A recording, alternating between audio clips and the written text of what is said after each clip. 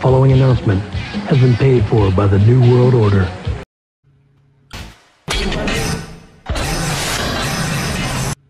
Bonjour! Bienvenue spéciale dans Deux chaises de métal, le podcast de lutte animé par l'Encyclopédie de lutte, moi-même TJ Holiday. Aujourd'hui, mon cher Marc, bonjour en passant. Bonjour. Spécial WCW Bash at the Beach 96 Review. Ouais, j'ai mis mon plus beau costume de bain juste pour ce show-là. Ah, en dessous de ta chaise. Oui, on peut pas le montrer, on est juste capable de filmer le haut. Ah, c'est vrai. On va pas se faire banner non plus. Non, c'est ça, exact. Fait que c'est ça, un Bash at the Beach 96 Review aujourd'hui, avec le fun. Ouais, comme d'habitude. Ben oui, on a le temps du fun, nous autres, hein? Avec la WCW, ouais. C'est que du gros fun. Pas tant dans le bon sens, là, mais... Ouais, c'est divertissant, mettons. Ouais, pour être ça, c'est un mot qu'on peut leur donner, c'est bien ça, divertissant. Ouais. Parlant de divertissant, notre podcast est disponible sur YouTube, Apple Podcast, Spotify, Balado Québec et Podbean.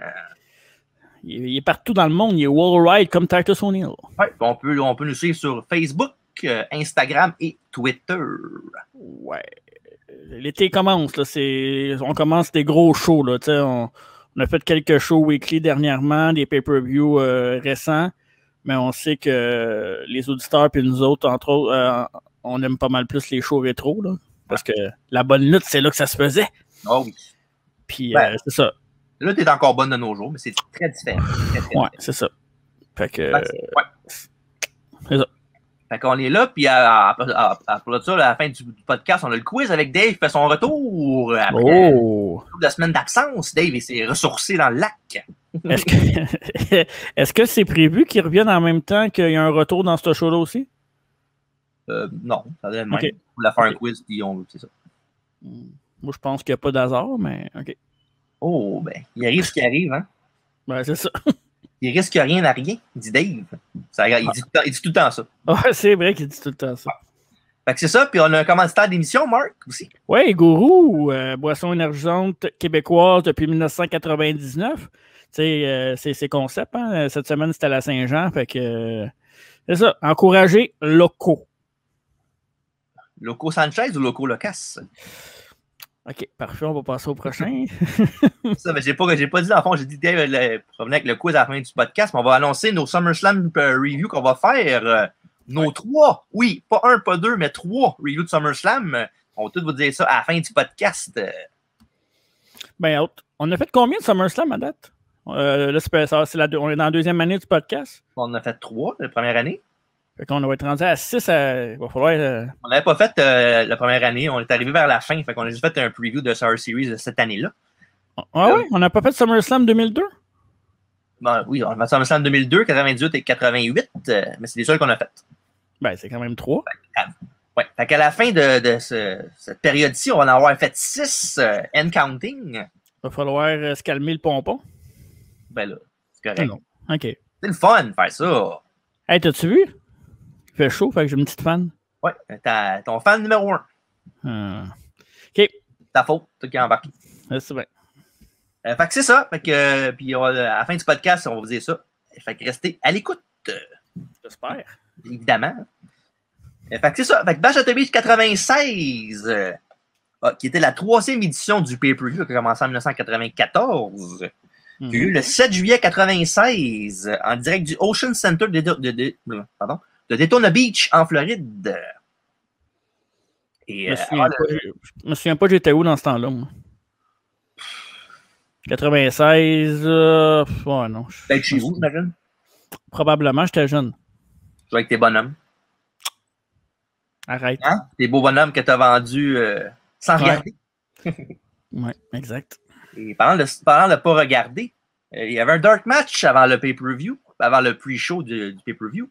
Et c'était tout un match. Jim Powers a vaincu Hugh Morris par pinfall. Et ensuite de ça, au pre-show qui appelait WCW Main Event, 1 heure avant le gala, il y a eu 4 combats. Puis quand même une bonne carte pour un pre-show. Il y a eu Bobby Walker qui a vaincu Billy Kidman. Ça, c'est un peu moins bon. Ouais. Et après ça, les Rock'n'Roll Express ont battu Fire and Ice, l'équipe de Scott Flash Norton et de Ice Train. Après ça, on a Eddie Guerrero qui a battu Lord Steven Regal. Et dans le main event, Wow! pour le championnat par équipe de la WCW, il y a Harlem Heat qui ont conservé leur titre contre les Steiner Brothers par disqualification. Ouais, ça, c'est le genre d'affaires que t'aimes pas en plus. C'est dans le main event, on s'en fout, c'est un kick-off. Non, mais disqualification, t'aimes pas ça? Quand c'est un kick-off, ça va pas rapport. Ça te dérange pas? Ok. Ouais, ça me dérange moins. Quand on le voit pas, ça me dérange moins. Ok. Fait que c'est ça. Avec une bonne carte. Il y a des matchs là-dedans que j'avais mis dans le PPR à la place de certains qu'il avait mis. Tu parles de Billy Kidman contre... Non? Oh, en effet, oui.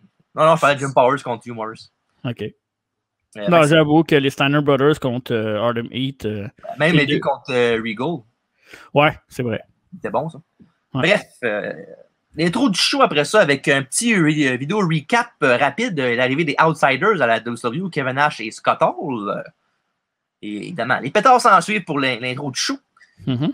Les commentateurs sont M. Tony Schiavone, Bobby the Brain Heenan et le American Dream Death Hero du bébé. Ils nous disent qu'on n'a aucune nouvelle d'Eric Bischoff depuis que c'est fait powerbomber par Kevin Nash à Great American Bash. Mm-hmm. Personne qui sait où ski, il n'y a pas de nouvelles de rien, puis il est AWOL. Mais ça, c'est un thème du show. Là. Tout le long du show, il en parle souvent, là, comme quoi Bischoff n'est pas là, puis ça demande qu'est-ce que ça va impliquer. En bout de ligne, on sait ce que ça implique. Mm-hmm. Lui qui tire les ficelles. Et après ça, on va pour le match numéro 1. Un match dans la division Cruiserweight. Psychosis affronte Rey Mysterio Jr. Ça, c'était le pain et le beurre de la WCW à cette époque-là. En effet. Et alors, Mike Tenay au commentaire pour ce combat, le professeur, il dit que les deux lutteurs ont lutté au Mexique, un contre l'autre la veille, et qui venaient d'arriver pas longtemps avant le show à l'Arena. Fait que une chance qu'il y a beaucoup d'expérience. Ouais, décalage. Ils ont beaucoup de... Ils ont lutté souvent ensemble, là, que ce soit au Mexique, même à ICW, il avait commencé aussi un peu. Bonne chimie. Ouais, fait que, disons que les autres, c'est comme moi plutôt, ils iraient faire un match from scratch en pratiquant presque rien. Ou presque. Et après un spinning kick de Psycho 6, il va d'un dive par-dessus la troisième sur hein, quoi? Ah oui. OK. Il va sur la troisième corde sur Ray. Puis après ça, Psycho s'est dominé après une superbe Guillotine leg drop de la 3 jusqu'en bas du ring. Pas dû faire du bien au coccyx. Hein? Yep. Et après ça, Psycho 6 a couru vers Rey Mysterio Jr. sur le apron. Et Ray, le monkey flippé tête première sur le poteau en bas du ring. Un beau spot. Ouais, vraiment. Après ça, un petit over de Ray qui a fait un senton sur Ray de la troisième corde jusqu'en bas encore. Disons que Psychosis, il s'en collait pas mal puis il a fait ce qu'il voulait. Hein. Ben, ces deux-là, ensemble, faisaient des méchants bons matchs. Puis des spots un peu douteux dans le sens qu'on dirait qu'ils se protégeaient pas. Là. Dans le spot que tu vas regarder un œil fermé. Là. Ouais, c'est ça, exactement. Ils en faisaient beaucoup, ces deux-là, ensemble. Ouais. Et après ça, Ray a réussi à prendre le dessus. Mais quand il a essayé un Springboard Frankensteiner à Psychosis, il l'a counter avec un beau powerbomb pour un compte de 2. Mm-hmm. Après ça, il y a Psychosis qui a amené Mysterio dans le coin pour lui faire un Splash Mountain de la 3, enfin un gros Razor's Edge. Sauf que Ray l'a counteré mid-move avec un Hurricane Rana de la troisième corde pour le compte de 3. Et pour la belle victoire de M. Mysterio Jr. À l'époque. Junior. Ouais. Lui, il est plus junior, là. Il est rendu senior. C'est ça. Un très bon match, un vrai hot opener pour le show. La barre est haute pour le reste du gala, puis côté in-ring action, donc ça va être dur d'accoter ça. Exactement. Toi, d'accord avec moi là-dessus? Ben, comme je te disais, c'était pas mal le pain et le beurre de la WCW, puis ces deux lutteurs-là, je te dirais, il y avait 4 gros lutteurs dans ce temps-là là, qui faisaient des bons matchs cruiserweight. Tu avais Psychosis, Rey Mysterio, Billy Kidman, puis Ubuntu de Guerrera. C'était pas mal les top 4. Puis il y avait souvent... C'était Eddie là-dedans. Ouais, c'est vrai. Ouais. Eddie faisait quand même... Ouais, c'est ça. Il faisait quand même des bons matchs. Ben, Eddie était souvent avec Jericho aussi, là, à cette époque-là. Il était souvent en compte, mais ouais, c'était un bon pacing de 4 de commencer avec ça en sachant très bien que le monde...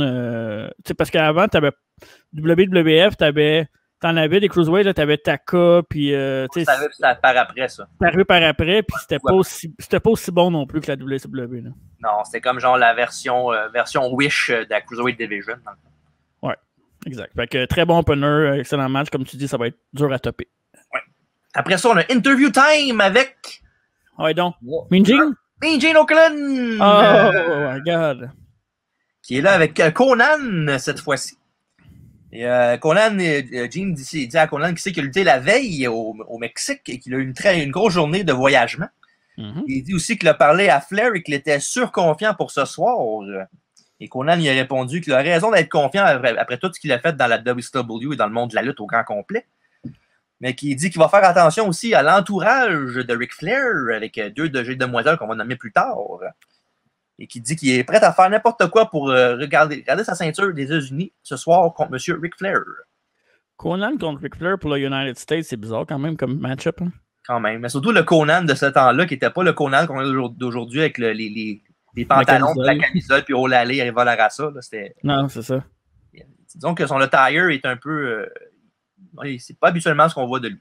Ouais. Après ça, match numéro 2. Un match impliquant Big Bubba, accompagné de Jimmy Hart, qui a affronté John Tenta dans un Carson City Silver Dollar match. Tu nous expliquer c'est quoi ce match-là? Ça? Je vais expliquer avant qui Big Bubba et c'est qui Big Bubba. Ouais, il y a ça. Monsieur Big Bossman, qui fait Big Bubba, et John Tenta est le vrai nom de Monsieur Earthquake. C'est vrai. Monsieur, ouais, c'est ça. Et c'est ça. Dans le fond, le Carson City Silver Dollar match, il y a un gros poteau super grand. Tu sais, un poteau que tu verrais aucun des deux lutteurs monter là-dessus. Là. Ouais, exact. Pas rien que Jimmy Hart est là. Puis, dans le fond, il y a un gros bas avec des pièces de monnaie dedans. Puis le premier qui peut le pogner peut frapper le gars avec, puis pas se faire disqualifier. C'est ça. Ouais. Avec Tenta, la moitié de sa face, dans le fond, peut-être rasée. Ouais. Un côté rasé ici, puis j'ai des cheveux longs, mais juste un côté. Dans le fond, ce qui est arrivé, c'est qu'il y avait avant, il était avec Jimmy Hart dans le Dungeon of Doom, mais il est parti. Puis Big Bubba qui a pris sa place, ils ont décidé de couper de la tête. Sauf qu'il n'y a pas le temps de finir la job. Mais John Tenta, ce qu'il a fait, c'est qu'il a dit moi, je ne me raserai pas au complet. Comme ça, à toute fois, je vais me regarder dans le miroir, je vais voir que c'est les autres qui m'ont fait ça, puis je vais avoir ma revanche sur eux autres plus tard. Ça va me motiver encore plus. Ouais. Pas de raison de babyface. Puis John Tenta, c'est pas la première fois qu'il fait ça, une affaire de même. Là. Souvent, c'était le Shark avant l'Avalanche et le Shark à la WCW avant de donner John Tenta. Puis il y avait son tatouage, un vrai tatouage, il y avait un tigre, sauf qu'il l'a transformé en Shark juste pour la storyline.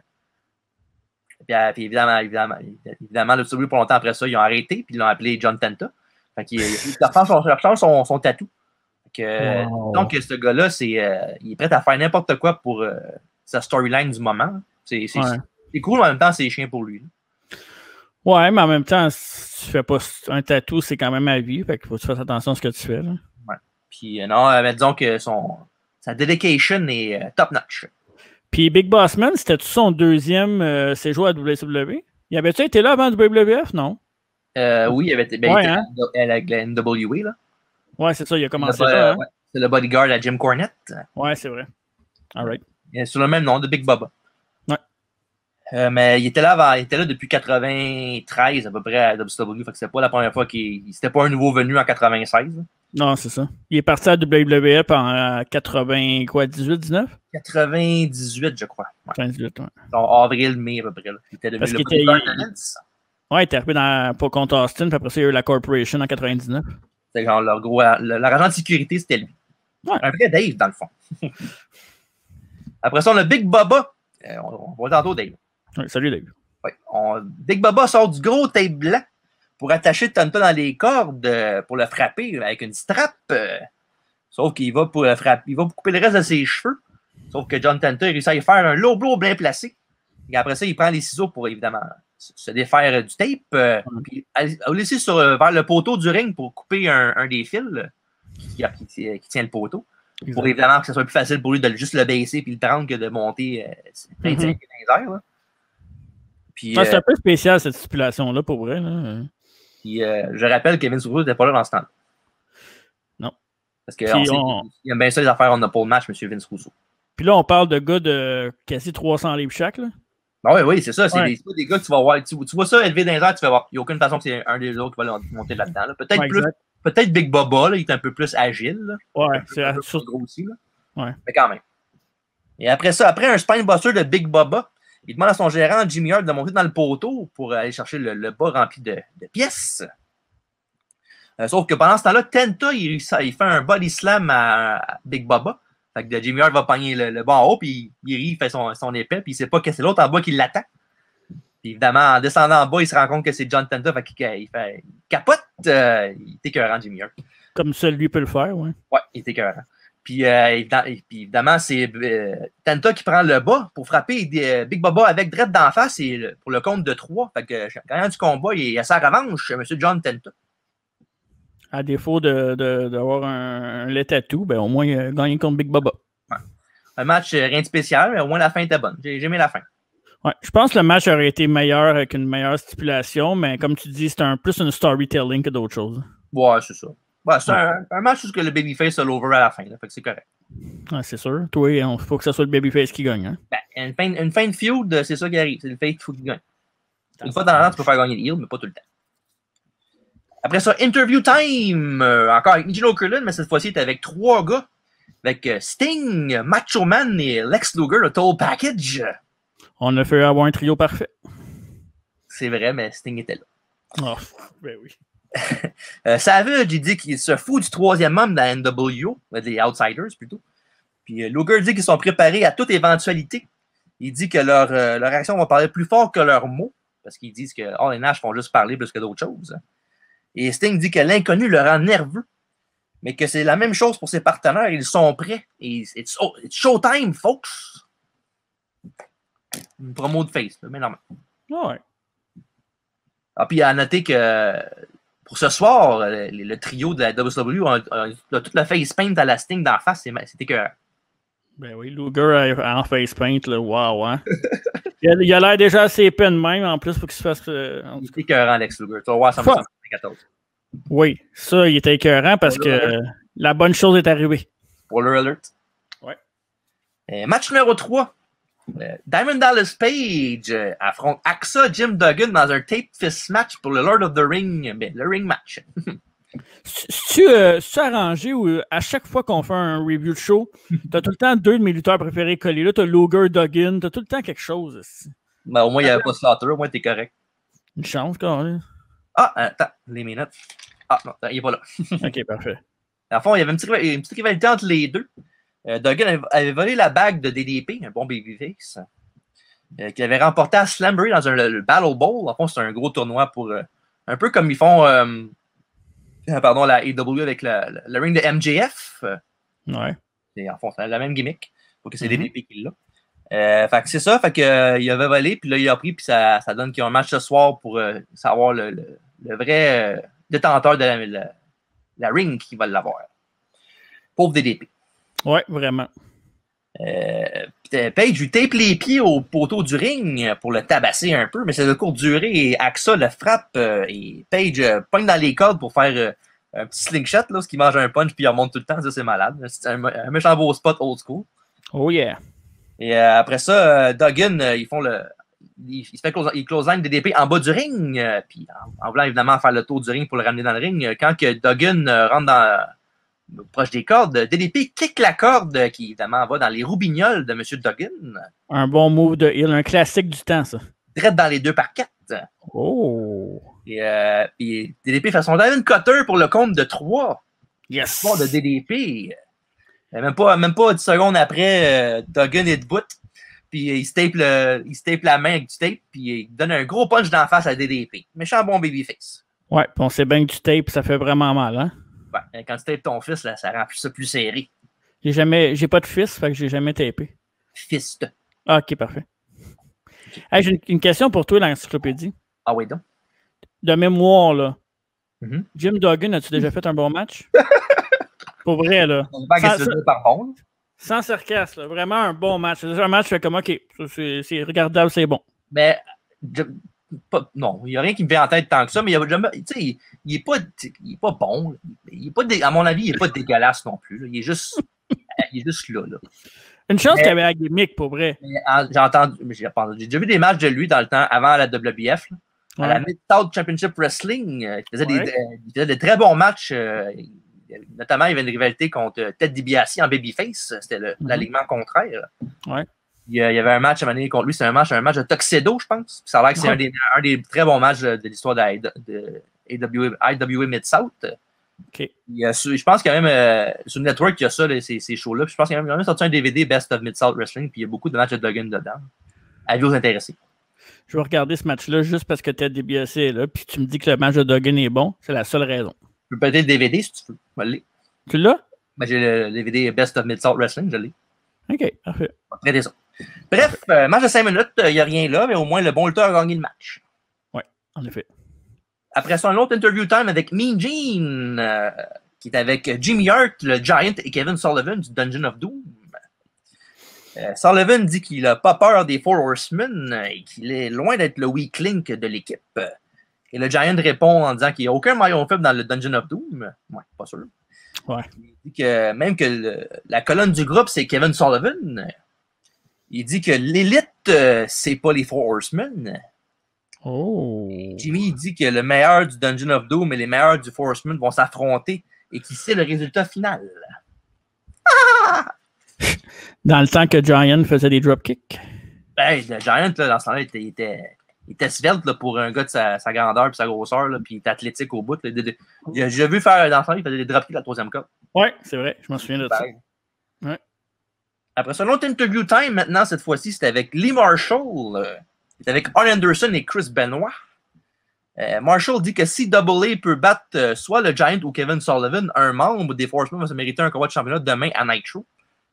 Et Arn dit aux Outsiders que de passer de Bischoff sur une table est une chose, mais ça risque d'être plus compliqué avec Sting, Luger et Savage plus tard.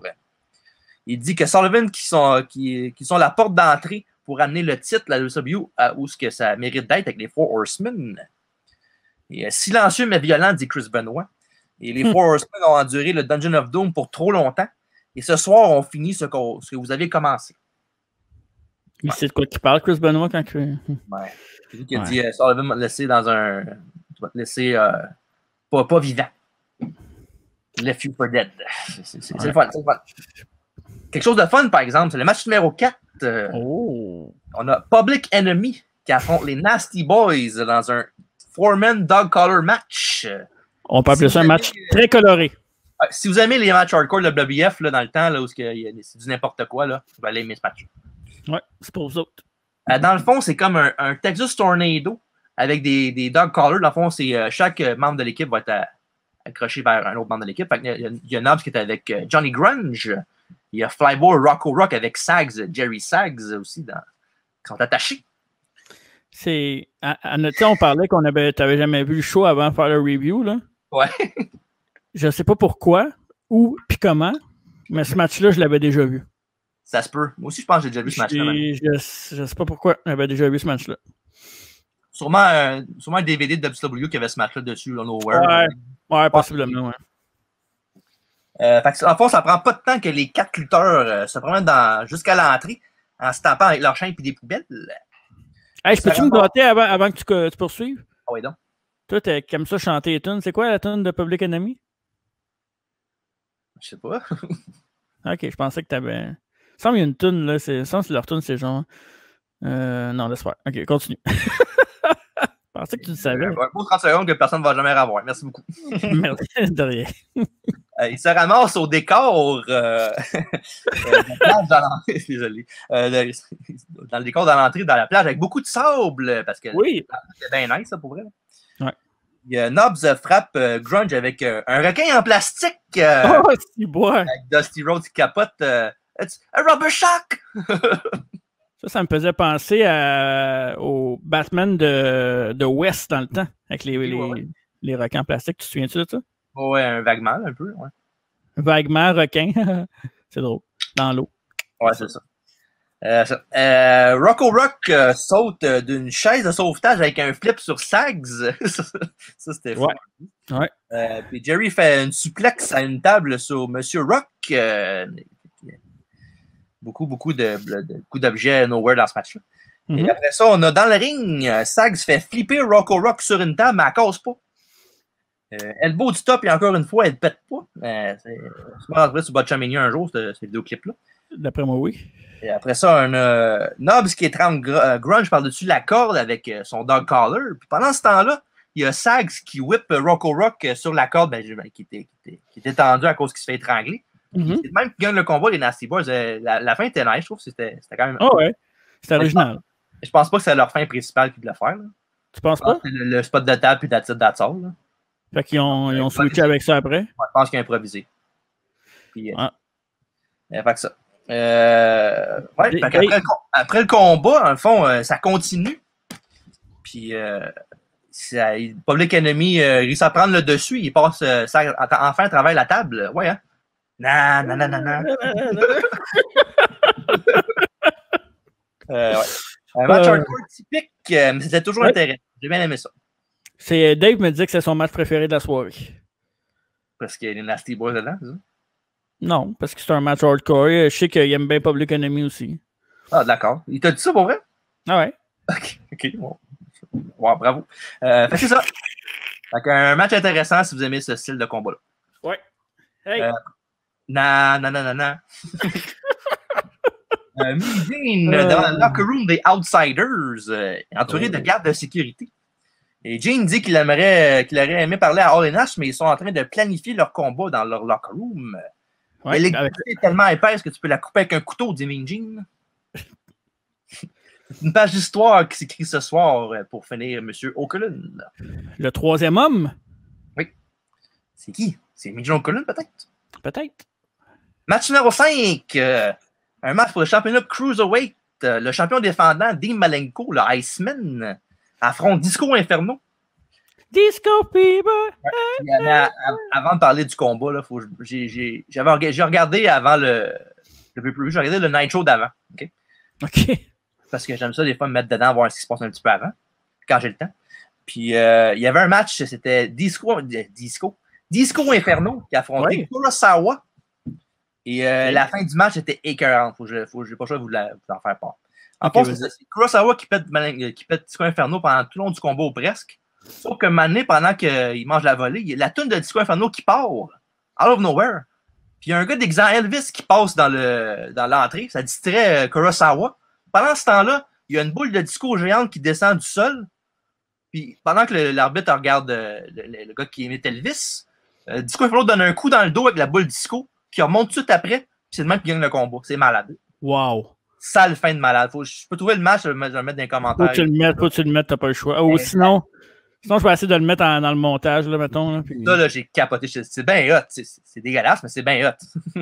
C'est qui? C'est Disco contre? Kurosawa. K-U-R-A-S-A-W-A. On va essayer de trouver ça. J'ai fait mes recherches vite faites avant le podcast, puis je ne l'ai pas trouvé, mais je n'ai pas checké. J'ai juste checké sur YouTube. Peut-être qu'ils l'ont sur Dailymotion, peut-être. Comment ça s'écrit le nom, tu disais? Kurosawa. Ouais. Au PDP, je peux te le dire après, c'est pas grave. Non, mais c'est quoi? Comment ça s'appelle, dis-le, c'est pas grave? Je l'ai dit tantôt. K-U-R-A-S-A-W-A.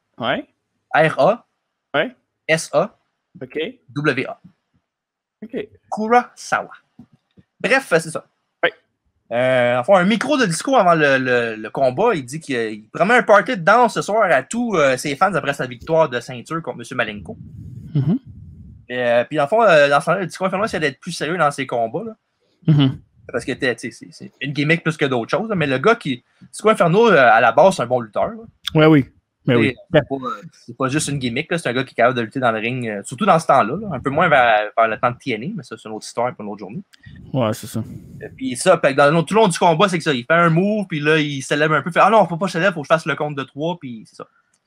De son vrai nom, Glenn Gilbert. Oui, exactement. On a une domination totale de Malenko pour débuter le combat, avec plusieurs soumissions.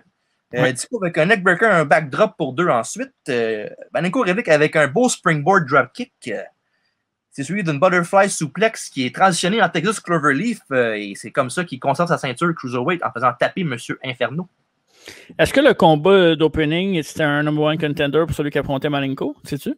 Parce que je cherche, non. C'est juste ça n'a pas été mentionné. Hein? C'est genre un grudge match, si on veut. Hey, Dean Malenko, là, avoir lutté dans l'ère d'aujourd'hui, là, il aurait peut-être été champion du monde. Avec un bon manager, là, parce que... Ouais, peut-être. Il était petit. Ben, fait penser un peu à Benoit, Brian. Brian, t'es un petit peu plus gros, là. C'est un peu plus gros, Brian puis Benoit. Ouais. Mais tout un lutteur, Dean Malenko, là. Ben, le pire, c'est que Malenko, quand je me dis des Malenko, oui, Benoît a une meilleure carrière, évidemment, mais il n'y a pas grande différence que ça, tant qu'à moi, dans la lutte. Je pense que j'aime mieux Malenko, je pense, que Chris Benoit dans le ring. Moi, avec. Ouais, d'accord avec toi.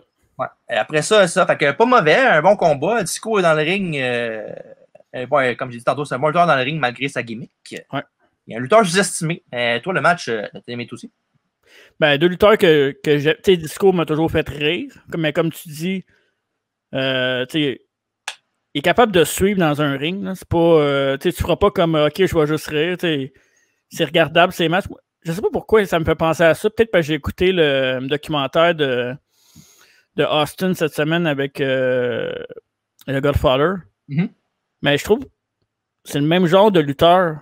Godfather puis Disco Inferno, puis là je m'explique, c'est que les deux sont quand même bons lutteurs, ils savent bien lutter, mais ça a toujours été leur gimmick qui a passé avant leur lutte.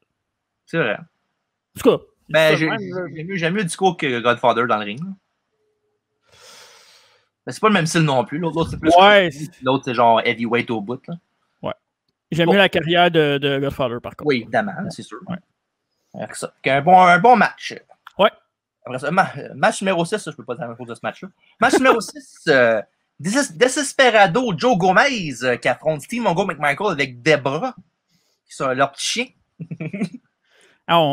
Justement, en parlant de McMichael, récemment, il y a eu des photos et des nouvelles qui ont sorti de lui. Là. Il est très malade. Il a perdu énormément de poids aussi. Là. Il y a quoi? Il y a le cancer, je pense. C'est pas la sclérose en plaques. Ouais, je sais pas trop. Là. Ouais, je pense que c'est ça. Ouais. Ouais. Puis ça a toujours été un gros gaillard, là, un gros bonhomme quand même très imposant. Là. Ouais. Avec sa couette, sa fameuse couette qui ressemblait un peu à j'allais dire Van Damme, mais ouais, un peu un style Jean-Claude Van Damme. Non, plus Seagull, Steven Seagull, je pense. Ouais, hein? Ouais, c'est ça. Fait que c'est ça. Il a juste le mentionné. Ouais. Dans le fond, Joe Gomez, aussi connu sous le nom le gars qui a mis un cheveu de la business en 96. Ben, tu vois, ses cheveux c'est la meilleure affaire qu'il y a sur lui, c'est sa coupe de cheveux. Ouais, c'est al dente. Puis en regardant le match, là, des fois, on aurait dit quasiment que c'est une bataille entre deux frères. C'est vrai, hein? Ils ressemblent pas mal les deux. Là. Je pense qu'il y avait sa ponytail, parce que sinon, ça aurait été dur de différencier. En fond, c'est un match décousu et dégueulasse. Ben là, c'est pas bon. Là. OK. Mongo n'a pas vraiment d'expérience, puis Joe Gomez, il est poche. En fait, c'est le 4e match seulement de Mongo McMichael à vie, dans ce temps-là. Puis Mongo gagne avec un tombstone, parce qu'évidemment, un gars qui a juste 4 matchs d'expérience, tu lui fais faire un tombstone comme finish. Ça a beaucoup de sens. Fait que match de marde. Toi, tu crois devoir rajouter ce match-là, parce que moi, j'ai rien. Non, j'ai rien à rajouter, puis c'est plate pour ce qui arrive, mais j'ai jamais été un gros fan de McMichael. Je le trouvais drôle. Dans le sens, c'est genre un car crash quand tu le vois lutter puis tu le vois interagir. Ouais, je pense qu'on fera pas trop de millage là-dessus. Il y a beaucoup de charisme dans ça, il faut lui donner. Ouais, il faut lui donner ça. Puis, ouais, ça. Fait que, next. Interview time! Mijino Cullen, cette fois-ci, avec Ric Flair, Woman et Miss Elizabeth, son entourage de femmes, de chanceux. Jean s'est fait distraire par Woman qui la cruise. Mais le cruise. Ouais. Je le comprends. Flair dit que voyons. Ouais, j'ai mal écrit. Ouais, non, j'ai mal écrit mes notes. Mais là. J'ai jamais assez trop de trophées dans la vie. Ric Flair, disons qu'avec ce qui s'en vient avec les Four Horsemen contre le Giant et Sullivan, il va avoir un autre titre demain, le titre de champion mondial parce qu'il va la regagner. Et en même temps, il veut être double champion parce qu'il veut battre Conan pour la US title ce soir. Il est capable. Ouais, puis après ça, il se met à chanter la cucaracha. Puis c'est quoi? Ça ressemble à quoi? Moi, j'ai jamais entendu la tune. La cucaracha, ta arriba. Après ça, OK, c'est ça. Flair termine en disant à Macho Man que même s'il est occupé plus tard, qu'il doit regarder Elisabeth parce qu'il ne retournera jamais chez lui à la maison. Wouh! Ouais, elle va retourner chez Hogan à la place. Ouais. Wouh! Match numéro 7, on parlait de Jamal. Ric Flair avec Miss Elizabeth et Woman qui affrontent Conan, qui est le champion défendant pour le titre États-Unis. Conan a réussi à faire 2 press slams pour prendre l'avantage sur le Nature Boy. Il fait même un flip senton du apron jusqu'en bas. Il ne pogne pas juste Rick, il pogne Miss Elizabeth aussi. Puis, t'as-tu vu son bump? Elle a comme tombé sur sa jambe, là, l'autre. Puis en plus, elle n'a pas de lutteuse, fait qu'elle n'a pas vraiment vendu. Là. Ouais, en plus, quand c'est Conan qui s'en va sur Miss Elizabeth, il y a quand même une différence de poids. Là. Ouais, quand même, ouais. Après ça, il y a Woman qui fait tomber Conan, qui est dans sa 3e corde. Elle fait juste shaker la corde puis il tombe. Tout ça devant les yeux de l'arbitre. Est-ce que ce nom-là me fait arrêter Woman? Non, c'est pas. Ben, c'est la Woman. Ouais, c'est ça. Et, après ça, remet ça avec un low blow dans le dos de l'arbitre. Après ça, il y a Conan qui fait son comeback avec, entre autres, son rolling clothesline. Mon mot préféré de Conan. Ouais, exactement. Le Tequila Sunrise est dur à battre, mais quand. Ou ben le petit coup de pied par en arrière, il twist puis il fait un X-Factor. Ouais. Wow! Quel lutteur dégueulasse, mais combien divertissant. Oh oui. Après ça, il a fait son Conan avec. Il a fait son comeback, M. Conan. Puis beaucoup de nerf falls, mais Nick Patrick se fait distraire par Miss Elizabeth qui embarque sur l'apron. Et Woman est là de l'autre côté avec son talon, et puis elle attend. Elle attend encore. Puis Conan, après ça, il va vers elle quand il donne un coup de soulier dégueulasse qui n'a pas fait de contact presque pas pantoute. Et Ric Flair en profite pour le contact les pieds d'un corde, la corde du haut en plus, pour le compte de 3 donner champion US Nature Boy Ric Flair, nouveau champion. Il y a juste Ric Flair qui peut faire des affaires de même puis c'est crédible. Ouais. Puis c'est juste peut-être que Conan a eu l'air faible en maudit pour avoir dégagé de ça. Là. Mais bon. Ouais, c'est ça. C'est Conan quand même. Là. On parle pas de quand même, une méga star. Ouais. Mais sinon, c'est un bon combat. C'est juste dommage pour le finish. Là. C'est divertissant, en tout cas. Là. Ouais, c'est juste le finish qui a laissé un mauvais goût, un arrière-goût à la fin du match. Mais sinon, le 10 minutes, ça a duré, c'était correct. Ouais, bon match. Ouais. Après ça, on a Mean Gene qui écoute aux portes. Et la porte des Outsiders. Il dit qu'il a entendu une 3e voix du 3e homme. Mais que sa voix lui dit quelque chose, mais que c'est un peu flou à cause qu'il est derrière d'une porte, évidemment. Il aurait dû mettre un verre. C'est vrai. Puis il dit qu'il n'est pas encore sûr à 100% c'est qui. Mais qu'encore une fois, ils n'ont aucune nouvelle de Rick Bischoff non plus, puis il s'inquiète, pauvres autres. Match numéro 8, match par équipe avec Arn Anderson avec Chris Benoit qui affronte Kevin Sullivan, The Giant, avec M. Jimmy Hart dans leur coin. Tout un match, ça. Ouais. Et le Dungeon of Doom attaque Arn et Benoit. J'ai bien aimé ça parce qu'au début, il attaque Arn. Fait que les deux sont side by side, ils marchent. Il y a un qui se fait frapper. Ça prend au moins 5 secondes avant que Benoit se fasse frapper par l'autre. Fait que, il ne réagit pas que l'autre est à terre. Pourquoi il est à terre et il continue à faire ses c'est ça. Je pense qu'il y a quelqu'un qui a manqué son cue, je pense. Je pense que oui. Ouais. Et, puis après ça, il y a le Mongo McMichael qui arrive dans le dos de Giant pour lui donner un coup avec sa valise, qui fait que Giant, évidemment, il pourchasse jusqu'au backstage. Ouais. Ça laisse Sullivan tout seul contre les deux. Mais c'est une bonne stratégie à court terme, mais malheureusement pour eux autres, même pas une minute après, Giant est remis. Okay. Ça n'a pas duré bien longtemps. Ouais. Et les Horsemen qui font une belle job d'isoler Sullivan dans le coin et de couper le ring en deux. Fallait que tu le fasses, là. Fallait que tu le fasses, c'est sûr. Après au moins 6 minutes à manger une volée, le Taskmaster lui renverse une tentative de Spike Pile Driver en slingshot de Arn sur Benoit. Un slingshot, disons qu'il l'a pas fait comme faut. Il était comme genre, il s'est tombé pour faire balancer Arn Anderson, sauf que ses jambes étaient pas à bonne place, fait qu'Anderson était genre assis pendant genre 3 secondes, puis il a fait son propre jump lui-même. Fait penser au slingshot de Chad Thompson dans le temps. Nous autres, quand on faisait les slingshots, c'était souvent le même aussi. C'est vrai. Ouais. Faut pogner par en dessous, faut vraiment pogner en bas. Les 2 pieds dans le milieu du dos. Ouais, juste sur les cuisses. Ouais, poup, ça monte. Ouais. Et après ça, il a fait un tag à Giant pour la hot tag, puis un gros pop de la foule pour le Giant qui était très, très over. Yes. Prends des notes, Vince.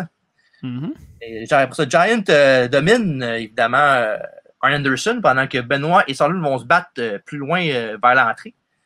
Et dans le ring, il y a Giant qui fait son chokeslam à M. Anderson pour le compte de 3. C'est pas vraiment, disons qu'aussitôt qu'il est rentré dans le ring, ben, c'était la fin du match pour les Horsemen. Ouais. Puis c'est une belle victoire du Giant à lui seul. Puis après le match. Vas-y. Non, vas-y. Après le match, Benoit ramène Sullivan au ring pour continuer son assaut. Sauf qu'il y a Woman qui arrive pour lui dire d'arrêter de frapper Sullivan parce que à l'époque, la storyline, c'était que Woman était marié avec Kevin Sullivan. Mm-hmm. Il y avait la storyline comme quoi il divorçait d'elle puis elle avait Chris Benoit. Mais évidemment, là, elle a dit elle a encore des sentiments pour lui. Fait qu'elle dit petit pailleul. Fait que Sullivan, dans le fond, il a booké son propre divorce. Puis ça a donné que ça le divorce. Puis il est avec Chris Benoit pour vrai. Puis le reste, vous le savez, on peut le redire. Ben, Woman, on peut dire c'est qui, là? Nancy Benoit, oui. Ouais, c'est ça. Mais c'est ça que j'allais dire. En plus, je m'en allais te dire, Kevin Sullivan était marié avec Nancy Benoit, mais c'est Woman. Fait que ça, tu viens de le dire, dans le fond. Ouais, c'est ça. Puis, underrated côté beauté, je trouve, Woman. À l'époque, là. Pas mon style, mais. C'est plus belle qu'Elisabeth, moi. Ah, ben là, non, wow, j'ai dit wow. Ben, chacun son opinion, hein, mais moi, en tout cas, au show que j'ai regardé, je la trouvais plus belle que Miss Elisabeth. Oui, il y a quelque chose qui cloche avec toi, c'est un set. Je sais pas c'est quoi, mais je vais mettre la main dessus. OK, mais attention, ça résonne, hein. OK. Fait que c'est ça, mais éventuellement, c'est le Giant qui arrive pour chasser Benoit du ring. Mm-hmm. Fait que dans le fond, un match pas mal bof, là. Un match heel contre heel en partant, c'est jamais facile. Non, c'est ça. Mais au moins, le champion, le Giant, a eu l'air fort, très fort dans le match. Je pense que ce match-là aurait été encore meilleur si ça avait été mieux structuré.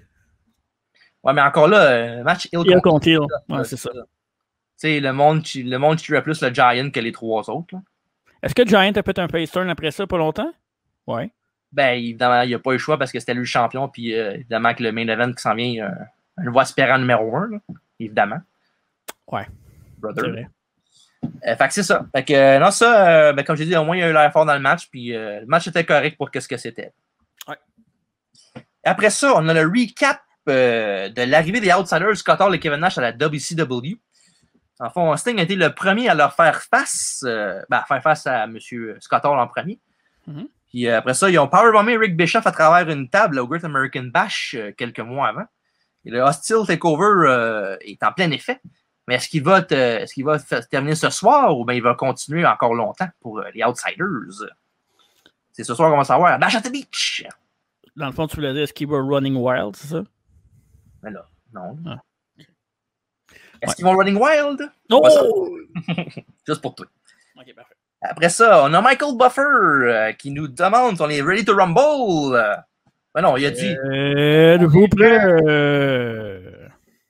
Exactement, ça va rembler. Pour le match numéro 9, un combat 3 contre 3. Ben, 3 contre 2. OK. Sting, Lex Luger et Macho Man Randy Savage de Team WCW affrontent les Outsiders, Scott Hall, Kevin Nash et un partenaire mystère. Et voici les Outsiders, Hall et Nash. Mais pas de troisième homme. Qu'est-ce qui se passe? Ils n'ont pas besoin. Les commentateurs crient à l'injustice. Puis quand tu y penses, c'est cave en maudit. Là. Ouais, c'est vraiment. Un avantage 3 contre 2, ta gueule. Un avantage pour les faces. C'est ça. Mais à ce moment-là, je pense que personne ne se l'attendait, mais pourquoi quelqu'un viendrait défendre des faces quand ils sont 3 contre 2? Ben personne. C'est pas vraiment ça le point qu'il apporte en ce moment-là. C'est le fait qu'il veut savoir c'est qui le troisième homme, tout ça, puis il s'en fout. Ouais. Non, je sais, mais pareil. Ouais. Tu sais, quand le troisième homme arrive, les faces sont quand même 3 contre 2. Non. Je vais faire le recap. Oui, c'est vrai. Voilà. C'est vrai. M'excuse. J'ai jumpé le Billy Gunn. Ouais, un peu, mais c'est pas grave. Fait que c'est ça. Fait que Mean Gene qui arrive pour leur demander où est le troisième homme. Arrêtez de faire de la bullshit, on va savoir c'est qui. Ouais. Hall dit qu'il est définitivement ici dans l'aréna. Nash aussi lui confirme qu'il est là, mais qu'à eux deux, ils sont capables de gagner contre Team WCW au grand complet quand même. Mm-hmm. Beaucoup d'arrogance, monsieur Big Sexy. Big Sexy, jamais. Non, c'est un gars très humble. Ouais. Parlant de humble, Lex Luger commence en prenant l'avantage sur les Outsiders, mais Nash tient Luger sur le coin du ring. En fond, entre la barre de métal et le poteau. Ben, en fond, entre le turnbuckle et le poteau, la barre de métal. Ouais. En tout cas, il n'était pas en 2 chaises de métal, ça, c'est sûr. Non. Fait que pendant ce temps-là, ben, il y a Sting qui est arrivé pour faire un Stinger Splash à Kevin Nash, sauf que malheureusement pour lui, évidemment, c'est l'autre qui a mangé le plus gros du splash, fait qu'il était en dessous de l'autre. Pas vraiment un move brillant de Sting. Puis là, après ça, on voit les ambulanciers qui arrivent pour mettre Lex Luger sur la civière avec le carcan dans le cou. Puis ce spot-là est intéressant parce qu'en même temps, ça fait comme ça laisse un doute au monde. Parce que tu sais, dans la lutte, on sait bien des fois qu'il y a un gars qui peut arriver, il peut partir, puis il revient tout de suite après, genre 10 minutes après, puis il fait un heel turn. Ouais, c'est vrai. Fait qu'ils se sont dit, ben, on va faire ce storyline, comme ça, on va penser peut-être que Luger va revenir. Parce que tu sais, il veut pas. L'attaque, c'est comme des ex-WWF qui arrivent de la route pour attaquer WWE. Fait que Luger, il a passé beaucoup de temps à WWF, c'est là qu'il y a eu un très gros push. Fait que ça pourrait facilement inclure le troisième homme qui revient dans le match pour screwer la WCW. Ça a arrêté pas mal avec son personnage là, qui fait souvent des heel turns. Ouais. Puis, une chance, c'était pas lui. Ouais. Puis Sting aussi, lui, ça fait un petit doute peut-être, parce qu'en même temps, pourquoi qu'il aurait fait ça, dans le fond, s'il voit bien que Luger est pogné en dessous et que c'est lui qui va manger à voler le plus? Peut-être que c'est Sting qui s'arrange pour que Luger soit pas là quand il va faire son heel turn contre Savage, il n'y aura pas de personne pour le tabasser. Peut-être. On ne sait jamais. Mais c'est rare à WCW là, qui font des affaires, des spots qui ont du sens de même, fait qu'il faut le souligner quand ça arrive. Hein. Ouais, c'est vrai. Et après ça, pendant que Luger était disposé, on a Hall et Nash qui domine largement Sting et Macho Man. Dans le fond, c'est pratiquement un squash. Ouais. Puis Sting réussit finalement à taguer Savage, qui est une maison de feu pendant un gros 30 secondes. Des double axe handles sur tout le monde, mais Hall et Nash surtout. Et malheureusement, Nash lui coupe son momentum avec un double axe dans les parties. Oh, comme ça. Et après ça, ouais, vraiment une grosse shot. Ouais. Here comes the Hulkster! But whose side is he on? Dit Bobby Heenan. Cette ligne-là, il a valu beaucoup de hit à M. Heenan. Ouais, parce qu'il a comme spoilé le moment. Ouais, il y a beaucoup de balles. Moi, je le défends pas là, parce que je sais que ça coupe un peu, surtout quand tu sais vraiment que c'est ça qui va arriver, ça coupe un peu la surprise. Mais en même temps, Bobby Heenan, ça fait depuis dans le temps là, qu'il est anti-Hogan. Fait que c'est normal qu'il va dire ça. Là, il ne trosse pas Hogan. Tu n'avais déjà parlé dans un autre podcast en plus, ça. Faut le souligner parce que c'est quand même. Ouais, c'est vrai que ça se passe. Ouais. C'est ça. Puis les Outsiders sortent du ring ayant peur d'Hulk Hogan qui déchire sa camisole comme celui peut le faire. Ben, beaucoup de monde peut le faire, je suis sûr. Ouais. Hogan ensuite fait sa leg drop sur Macho Man 3 fois et celle-là avec les Outsiders. Fait que, en un instant, Hulk Hogan qui était un face depuis 1981 à la AWA. Chacun le monde de la lutte, pas juste le monde de la lutte, le mainstream média au complet. Il a shaké tout. Ouais, c'est ça qui a fait que le NWO officiellement est né. Mais par contre, corrige-moi si j'ai tort, c'était pas la première fois qu'Hogan était heel. Ben, il était comme je disais, avant 1981, il était heel. Ouais. Quand il a commencé avec ses culottes bleues, il était heel au début. Ouais, puis même avant ça, il était à la WWF. Dans le temps. C'est vrai. Il avait contre le Jean Ferry avant le WrestleMania 3, beaucoup d'années avant. Puis il était souvent, je pense qu'il avait fait un match au Shea Stadium, je pense, à un moment donné aussi. Ouais, mais ça, c'est dans le temps en plus que. Hein? Les rôles étaient inversés, c'était Hogan le heel, puis il était avec Tassie Freddy-Blassie. Ouais, puis André Jean, c'était ses meilleures années, là, parce qu'à WrestleMania 3, André Jean, il était plus ce qu'il était, là, il était vraiment meilleur dans le temps. Là. Ouais, fait que c'est ça. Et avant de continuer, mais il faut un peu dire pourquoi c'est ça. a commencé le troisième homme. Ouais. Dans le fond, il y a beaucoup de rumeurs là, dans le temps que l'Internet commençait, plus dans ce temps-là. Là, il y avait peut-être Bret Hart, peut-être un gars Mabel. J'ai vu un moment donné que c'était ça la rumeur, que ça pourrait être Mabel, le troisième homme. Une affaire que Bischoff a ri de ça plus tard, évidemment. Mais apparemment, qu'Hogan ne voulait pas, par contre. Hein? J'arrive. Ah, ok, parfait, excuse-moi. À fond, le choix de premier de M. Bischoff était M. Hulk Hogan. Puis il a même été voir Hogan une couple de. Je pense que c'était même 5-6 mois avant qu'il ait l'idée vraiment de ça pour mettre ça en motion. Ouais. Il a voir Hogan chez eux. Puis il a mis ça sur la table. Il a proposé, regarde, on va faire un heel turn, on va te mettre avec la NWO, puis c'est tout. Fait qu'Hogan, il l'avait regardé, il jouait avec sa moustache, puis tout. Puis il disait, tant que t'as pas marché 1 000 dans mes souliers, tu peux pas comprendre, brother. Dans le fond, ça voulait comme me dire un gros nom, ça m'intéresse pas. Je fais de l'argent avec la merch, puis je suis babyface tout le long. Ouais, c'est ça. Il a fait partir Bischoff, fait que Bischoff a dit, bon, ben, OK, d'abord, il veut pas. Fait que le plan B de la NWO, c'était de mettre Sting avec les Outsiders, ce qui aurait été quand même spécial. Ouais. Puis ça, fait que dans le fond, c'était Sting le troisième homme, sauf qu'une couple de jours après que, je pense que c'est 3-4 jours après qu'il a pris la décision que ce soit Sting le troisième homme, Hogan l'a rappelé. Puis il a dit que finalement, j'ai bien pensé, brother, puis ça m'intéresse. Fait que c'est ça qui a fait qu'il a pris la place de Sting officiellement. Puis ça a fait le Bash at the Beach 96. Puis à ce moment-là, tout ce qui est design, le logo de NWO qu'on connaît, tout la marque, le brand, tout ça, c'est tout Bischoff qui avait pensé à ça lui-même. Il avait tout designé les chandails, tout? Je sais pas. Je pourrais pas te dire. Là. Je sais pas. Mais Hein, la storyline NWO, c'est pas Bischoff qui a trouvé ça tout seul. Là. La storyline NWO, il a fait ça au Japon dans le temps. C'est même qu'il a eu l'idée de ça. À la base, là. Mm-hmm. Il a fait une affaire pareille au Japon, genre un takeover du monde qui n'était pas dans la fédération New Japan Pro Wrestling. Puis il a fait un genre, un peu comme ils ont fait avec la NWO, même affaire, sauf que c'est de là qu'il a pris l'idée. OK. Parce qu'on s'entend que c'est devenu un brand de fou, là, que partout, tu regardes même, mettons, une game de baseball, une game de basket, n'importe quoi, hockey, tu vois du monde avec des chandails NWO à l'époque, maintenant, puis tu peux en voir encore plus tard, là. Ben, j'écoutais justement un podcast avec Scott Hall, il n'y a pas longtemps. Ouais. Il disait comme quoi la merge de la NWO, il fait encore de l'argent avec ça. Là, ouais, j'ai vu dans les 6 chiffres. Hein? Dans les 6 chiffres. Il y a encore de l'argent de ça qui rentre dans son compte en banque. Là. C'est fou. Là. Ben oui, c'est sûr. Là. Ça fait quoi? Ça fait 27 ans de ça? Non, 25? Ouais, parce qu'on s'entend que Hogan, c'était le plus gros brand de toute la lutte. Ouais. Mais après ça, tu as NWO, tu as DX. Mm-hmm. DX NWO, c'est pas mal les affaires qu'on a vues le plus souvent. T'sais, oui, tu as plein de lutteurs populaires, mais ces brands-là, c'était fort. T'sais, rappelle-toi à l'école, là, du monde qui écoutait quasiment pas à la lutte avait des chandails de DX ou des chandails de NWO. Ouais, c'était partout. C'est partout. C'était fou, raide, là. Mm-hmm.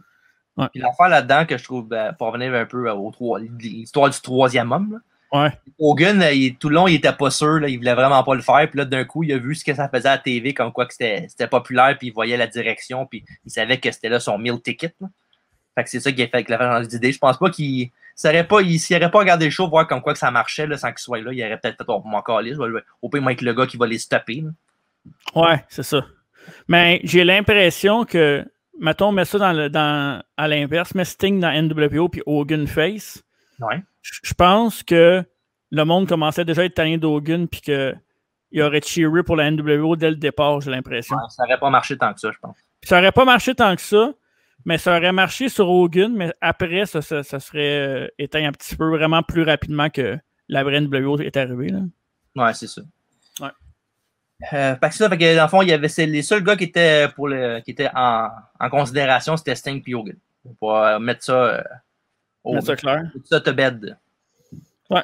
Et pour ce qui est du match, dans le fond, c'est un no contest. Dans le fond, avant le turn, c'était pas mal un squash, là, comme j'ai dit tantôt. Tout était pour ça, dans le fond, le match s'en crissait un peu. Puis c'est plate parce que ça aurait pu faire c'est quand même à cette époque-là, 4 bons lutteurs. Là. Ouais. C'est ça. Après ça, il y a Mean Gene qui arrive pour venir parler à Hogan dans le ring, qui est rempli de vidanges, que les fans ont lancé des gratins. Ça, on va plus ça à Star parce qu'évidemment, c'est pas sécuritaire, là, mais ça manque des fois à la lutte. Des fois, il faudrait.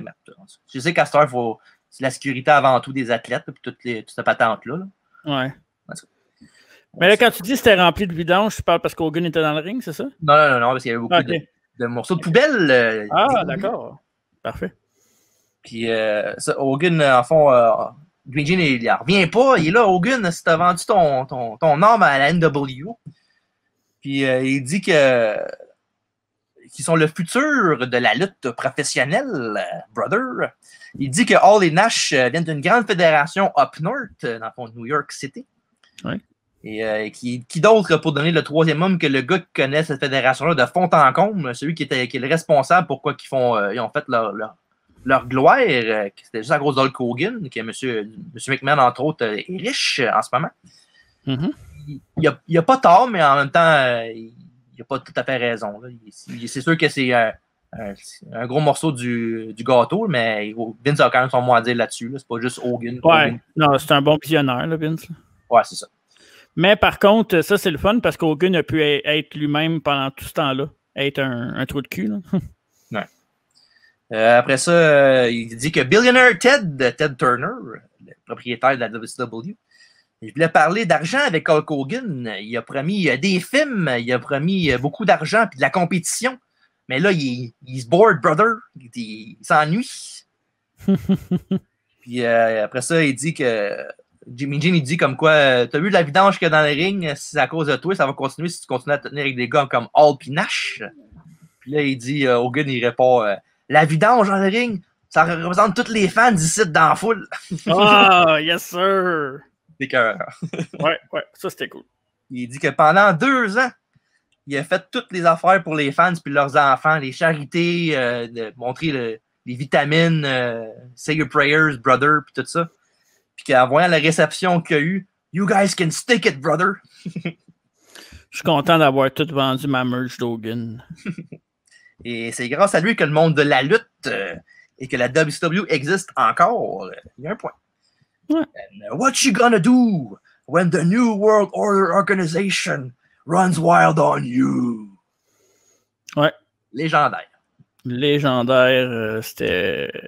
Puis leur vignette aussi, là, qui était très cool, là, avec le projecteur. Puis, Black and white avec les ouais. couleurs, là, puis ouais. Non, c'est vraiment cool. C'est le fun parce que c'était complètement différent des promos de lutte d'habitude. Ouais, absolument, ouais. Puis le mot de la fin nous vient de M. Tony Schiavone. Il dit on va rester à la fin de Hulkamania. Hulk Hogan, you can go to hell. Straight to hell. Ça, c'était malade. Ça avait un court à vie, je pense. Mais tu sais, je vais me faire un peu. C'est un grand moment de la lutte, là. Vos advocates? Ouais, c'est ça, j'en doute pas. Là. Mais tu sais, quand Hogan arrive, là, à partir de ce moment-là, là, je sais qu'on était jeunes. Là. Nous autres, on ne l'a pas écouté live. Là. Ouais. Mais le monde devait le savoir que c'était lui. Là. Oui, mais c'est en 96, ça fait pas. À ça, on le sait parce qu'on a tous vu les finishes 5000 fois, là, mais dans le temps-là, c'était pas aussi. Ouais, mais c'est le seul gars qui n'est pas dans le match, puis il manque un gars. Ouais, je sais bien, mais ça reste. Ben oui, mais en même temps, ils sont débarrassés de Luger, les deux autres. Ouais, Peut-être qu'ils ont remplacé Luger. Peut-être. Tu sais, parce que à ça, c'est facile en 2021 de dire qu'on l'avait vu venir le coup, mais c'est. Ouais. En tout cas. Mais ça n'enlève rien au moment. Ouais, c'est ça. Fait que bref, c'est ça, Bash at the Beach 96 avec le heel turn le plus légendaire de l'histoire, puis une très grande partie des Monday Night Wars, évidemment. La plus grosse, je dirais même. Ouais. Ça, avec ça, puis Austin contre McMahon. Pas mal les deux. Là. Ouais, mais tu sais, moi, quand je pense à des moments de la lutte, mettons dans un top 5 de moments de la lutte, t'as ce moment-là. Les deux premiers qui me viennent en tête, t'as ce moment-là, puis t'as le Montreal Screwjob.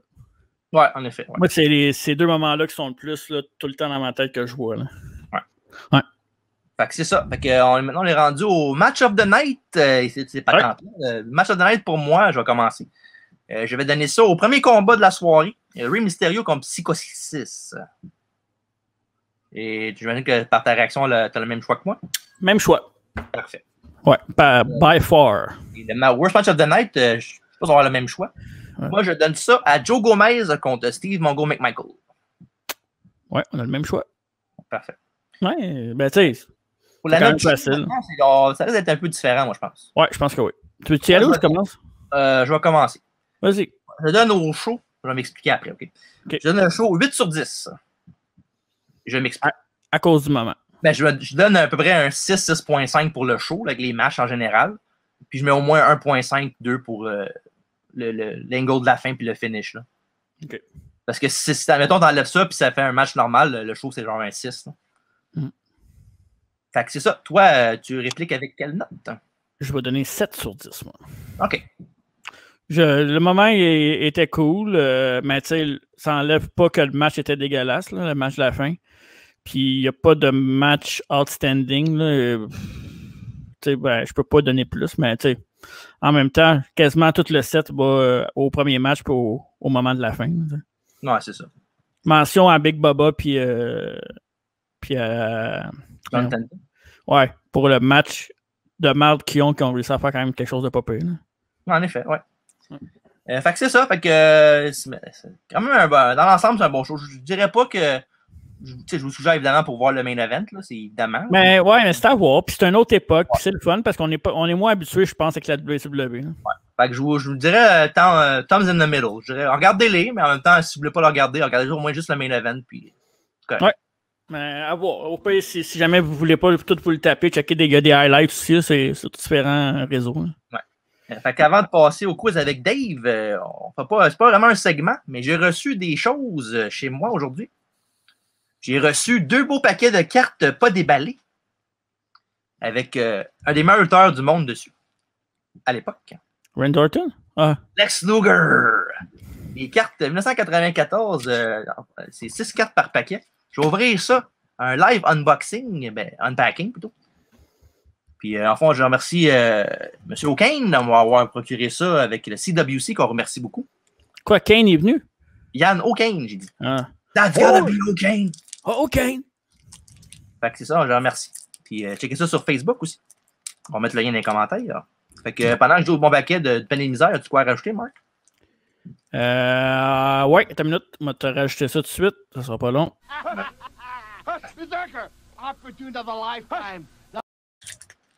Merci beaucoup. Bon, ben, le premier paquet est ouvert. Ça Vas-y, quand même. Oh, une carte pour commencer. That's what she said. Oh, The Undertaker! D'ailleurs, carte. Oui, vas-y. Qui est en vedette dans le main event du prochain review qu'on a, SummerSlam 94. Lequel Taker tu parles? Ne voyez pas double. Oh. Carte numéro 2. Oh, attends, je vois pas. C'est-tu Bulldog, ça? Non, c'est One Two Kid, non? Diesel, aussi. Oh, voyons donc. J'ai bien de la misère avec mes yeux. Ah ouais. Daddy Cool Diesel. À l'époque que Diesel est arrivé, j'étais quand même très jeune et naïf. Puis ma mère m'avait dit, hey, c'est ton cousin qui est aux abords du ring. Mon cousin Martin Roland, qui faisait de la lutte. Elle m'avait dit que c'était lui qui avait changé de lutte, puis moi, je le croyais. Je pensais que mon cousin, c'était le manager de Shawn Michaels. Que... Ça a été malade, ça. Ça a été malade. Carte numéro 3. Oui. Le Rocket Oiler. Oh!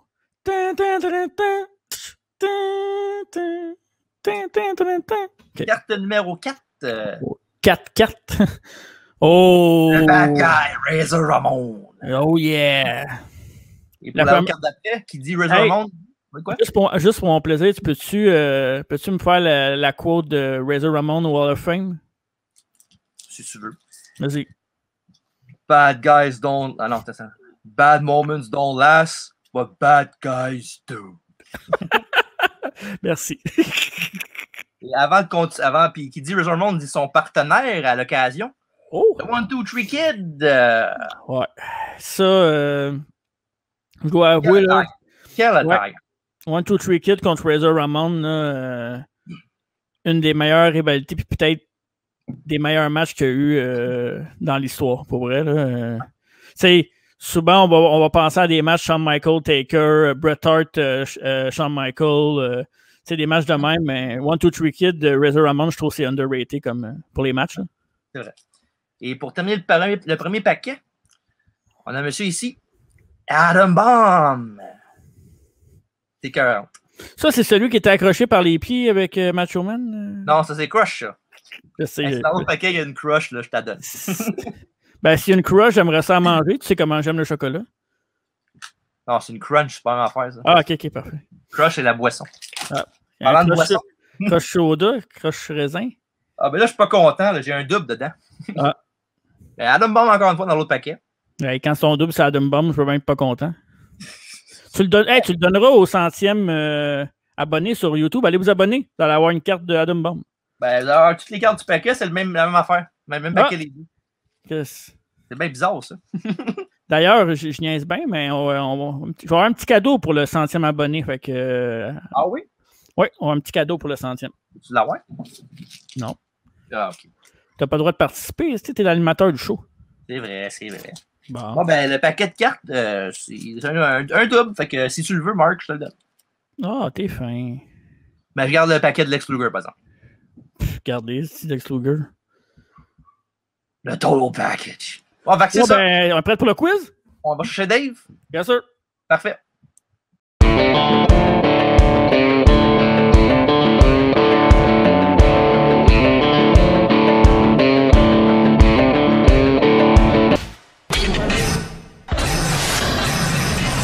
Beau chandail, Dave. C'est des Pocriou, celle-là? Ah! Et des contacts, des connexions. Yes. On va en vendre, voudrais-tu le dire?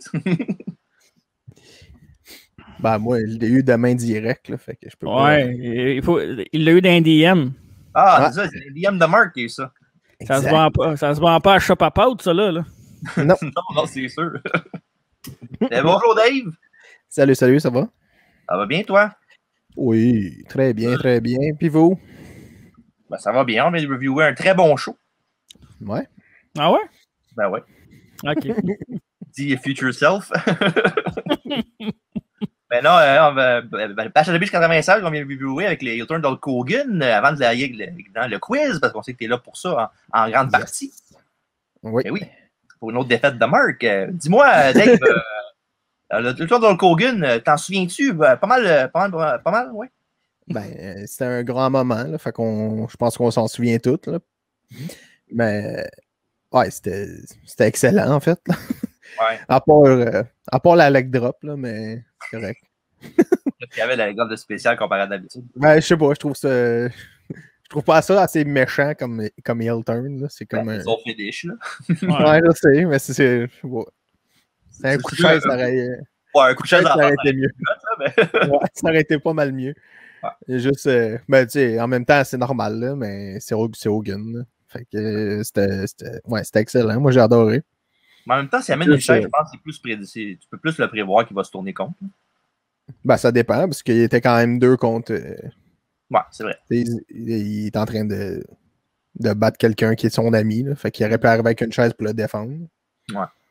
Ça aurait été pas pire. Mais en même temps, ça va avec lui aussi. Là, fait que... C'est pas la première fois qu'il a trahi Macho Man dans sa vie, en tout cas. non, c'est sûr. Au moins, il l'a fait en pleine face, brother. Ouais. Ouais. Kind of. Il est à terre, lui, ah ouais?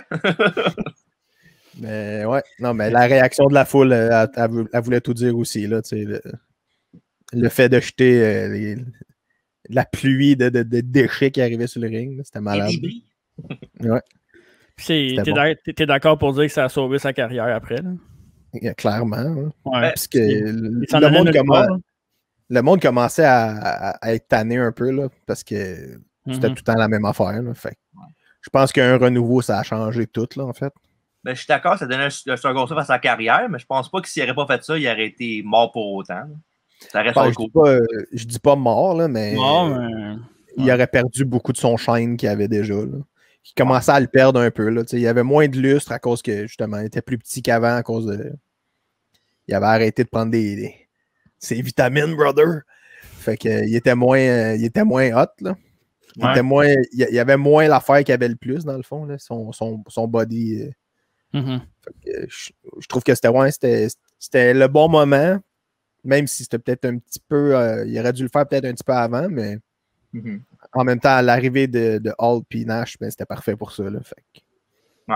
Ouais. Ça me fait penser un peu d'un temps moderne, Roman Reigns, que tu sais, c'était comme le poster boy, gagnait tout le temps, puis à un moment donné, tout le monde était tanné, puis là, il fait un heel turn, puis là, tout le monde est tanné, mais tout le monde le trouve cool pareil, fait que c'est un peu ça, là, c'est un peu la même chose. Là. Pas tout le monde. Ouais, mais c'est peut-être sur une autre échelle, par exemple. Là, ouais. C'est vrai, Roman est même plus hot qu'Hogan, on s'entend. Oui, mais pour l'histoire, non. Mais... Et voilà. Mais c'est ça. Mais ouais, non, pour moi, c'était un des moments, je pense que c'est dans mon top 5. Là. Ouais. Ben, c'est pas mal le meilleur heel turn à vie, je trouve. Ouais. Ben, c'est surtout ce que ça a engendré après, là, la NWO et tout, là, c'était cool. Ouais. C'est sûr que c'était allé trop loin encore, là, mais... WCW, là, Vince Russo aussi, puis etc. NWO, ça a duré quoi? Au moins un bon 2 ans et demi avant que ça arrête un petit peu. Moi, je me demande à quel point il était préparé pour la NWO. Il y avait ça une idée où ça s'en allait ou il a juste dit on va run the ball avec ces trois-là? Je pense pas qu'il y avait tant un si grand plan en tête là, quand ils ont fait la storyline. C'était vraiment juste Hogan. Ils avaient leur commencement, mais je pense pas que ça avait leur milieu puis leur fin. Là. Ouais. D'après moi, ils attendaient vraiment de savoir qu'est-ce que ça allait donner avec Hogan en heel. Mm-hmm. Parce que si ça n'avait pas marché, si la foule aurait juste comme moyennement réagi ou quelque chose, je pense qu'il aurait juste tiré à la plug tout de suite. Là. Ouais. Puis qu'Hogan se serait reviré genre le lendemain, là, puis il serait revenu Ouais, il aurait dit genre je les ai infiltrés pour les détruire de l'intérieur, brother. Là, puis... Ah, Chris, ça aurait été malade. ça aurait sûrement fait ça. Là, fait. Mais vu que ça a marché tout de suite, que le monde était outré, ça garochait tout dans le ring, c'était comme OK, ben là, ça peut pas être mauvais, là, ça va juste bien partir. Puis... Le monde le détestait anyways, là, fait qu'il s'en a profité. Au moins, ils vont me détester pour quelque chose, au moins. C'est ça. Mais si ça n'avait pas marché, ça aurait duré 4 semaines, puis ça aurait fini là. C'est genre. Ouais. Ça serait viré, répété 2 tout seul, puis ça aurait été réglé. Là. Un Coco Bang, puis 2 leg drop plus tard, et puis d'NW. Ouais, exactement. Exactement. Bref, ben c'est ça. Fait que merci de ton commentaire là-dessus. Yes. Là, on est prêt à passer au quiz. Le quiz. Ça fait longtemps, là. Ben oui, c'est vrai. On va voir si t'es rouillé. Bon, fait que vu qu'on vous aviez reviewé Batch at the Beach, j'ai fait un petit spécial Batch at the Beach. Ah ben, tabarnak. Le concept, c'est pas le meilleur in the business pour rien. Ah, tabarnak. Bon. Get a room. Ben là. OK. C'est qui commence? Moi, je décide plus rien, ça. Ah, OK. Comment fait commencer, Marc? D'accord. Batch of the Beach 94. Qui Steve Austin a-t-il battu pour conserver son titre US? Ah, il n'y a pas de choix de réponse? Non. OK. Il n'y en a plus de ça à cette heure. C'est fini. Oh, tabarnak, c'est terminé. C'est terminé. Ta seule chance, Marc. M'a dit Barry Windham. Oh, shit. Non, mais d'autres répliques. M'a dit Arn Anderson. Non. C'était Steamboat. Oh, Ricky le Dragon. Wow. Ouais. Ça a dû être intéressant. Ouais. En effet. OK. TJ, dans le même pay-per-view, en Batch of the Beach 94, qui a accompagné Hogan pour son match contre Flair? Ah, ça, je sais c'est qui, je pense. Ah non, c'est le soir, je me suis trompé. Je ne sais plus. C'était pas le crew de Baywatch, là? Non.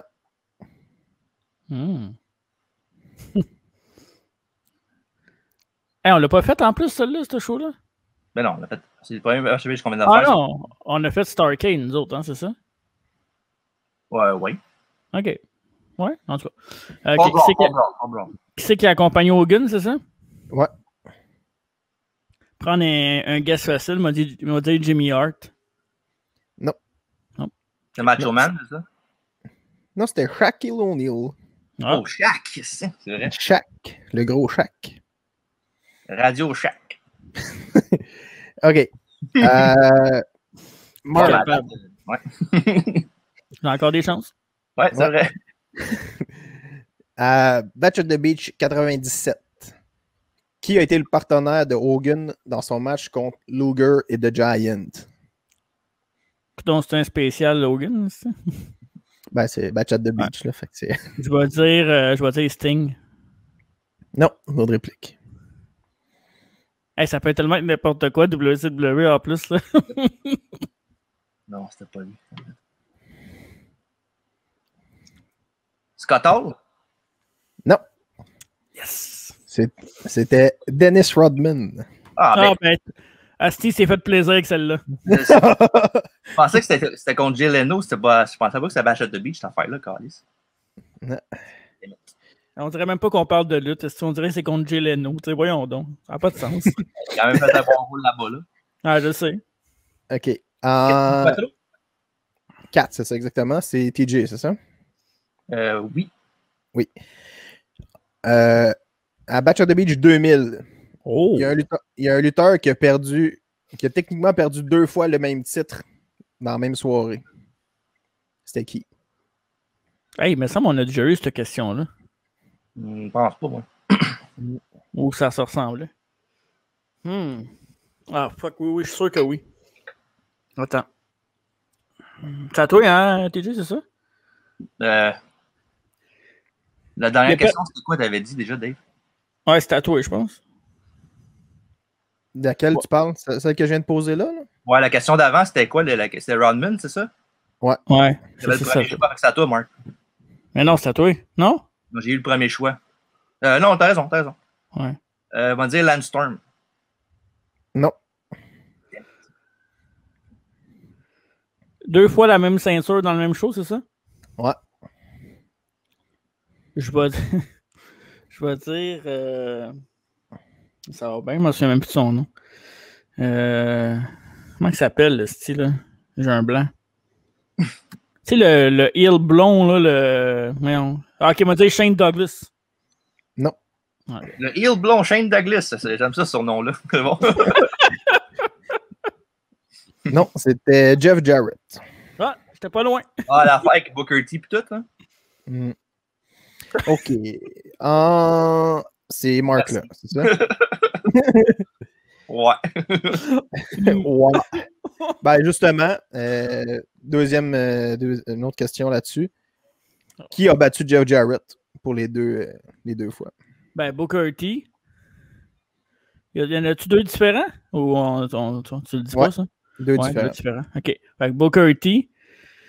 Puis l'autre... Il vient de m'en donner un déjà, c'est merci. Si t'as pas l'autre, t'es dans la merde. Ah ouais? Ben, tu m'en donnes. C'est moi qui ai 2 répliques. Mais pourquoi tu dis si t'as pas l'autre, t'es dans la merde? Parce que t'as déjà dit Booker T, fait que si tu l'as pas l'autre prochain, ben, je vais dire Booker T puis je vais l'avoir l'autre après. Ah, tu sais c'est qui l'autre? OK. Je vais dire Booker T, puis... c'est en quoi, ça? C'est en 2000? Oui. OK, je m'en allais faire une gaffe. Là. OK. Tabarnak. Ce sera pas long, là, Que la vie est belle. Hey, j'ai rien qui me vient. Je vais dire Landstorm. Non. C'était Booker T et Hulk Hogan. Bonne réponse. Ouais, Jeff Jarrett, il s'était mis à terre pour Hulk Hogan. Ouais. Le fameux Vince Russo shoot à la fin. Là. Well, one night. Mais au moins, c'est pas grave. Dans le même pay-per-view, en 2000, quelle était la stipulation du combat entre Vampiro et le Kiss Demon? Je peux juste pas passer à côté. Excusez. Là, c'est à moi, là? Ouais. Pas le Graveyard Match? Oui, bonne réponse. J'adore. Bon, ben, ton chien est mort. Ton dog est mort.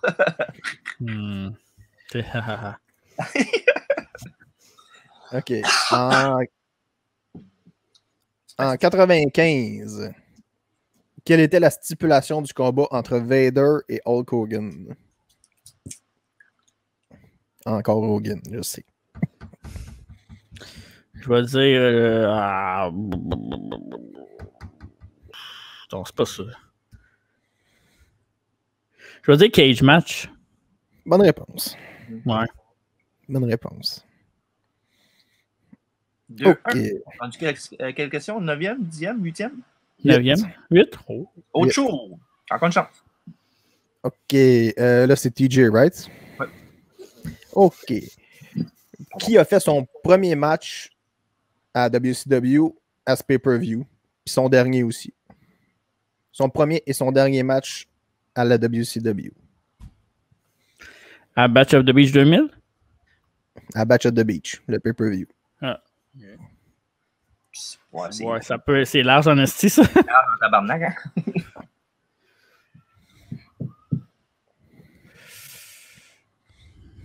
Ça donne de 94 à 2000. Si ça peut vous aider. Un peu. Pas tant, mais un peu. Ah, ben ouais, facile. Said no one ever. Il a fini de 94 à 2000, tu dis? Mm-hmm.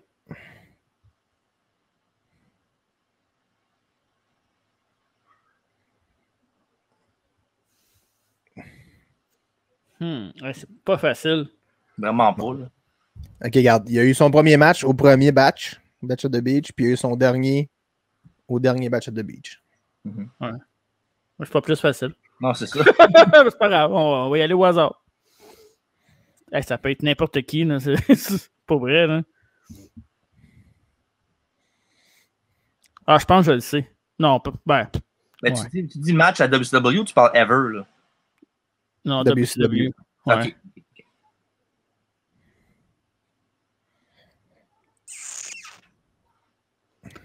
Je sais pas pourquoi j'ai ce nom-là en tête, mais c'est sûr que c'est pas ça. C'est pas grave, on va essayer ça. C'est à toi, en passant. Hein? Ah, c'est à moi? Ouais. Mm-hmm. I have no espèce d'idea. On va dire Jim Duggan. D'autres répliques? Je vais dire Rick Steiner. Non. Dis-moi pas que c'est Scott. Non, non c'est Hogan. Ah, ben, tabarnak, t'es fatigant. Hogan, ah ouais. Ah, ben, c'est un. Quand des fois, c'est trop évident. Hein? Ouais, non, c'est. Hey, j'ai cherché loin, moi, là, en plus. Ah ouais. Ouais. Fait que question 9. Exactement. En 98, pour la deuxième année consécutive, Dennis Rodman faisait équipe avec Hogan. Contre qui sont-ils battus? Ah, ça, c'est pas DDP puis Malone? Bonne réponse. Yes, sir. That's it. As-tu un tiebreaker de prête?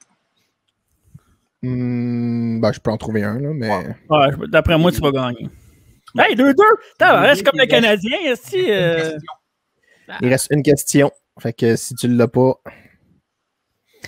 En 2000, encore, qui a lutté 2 fois dans la même soirée?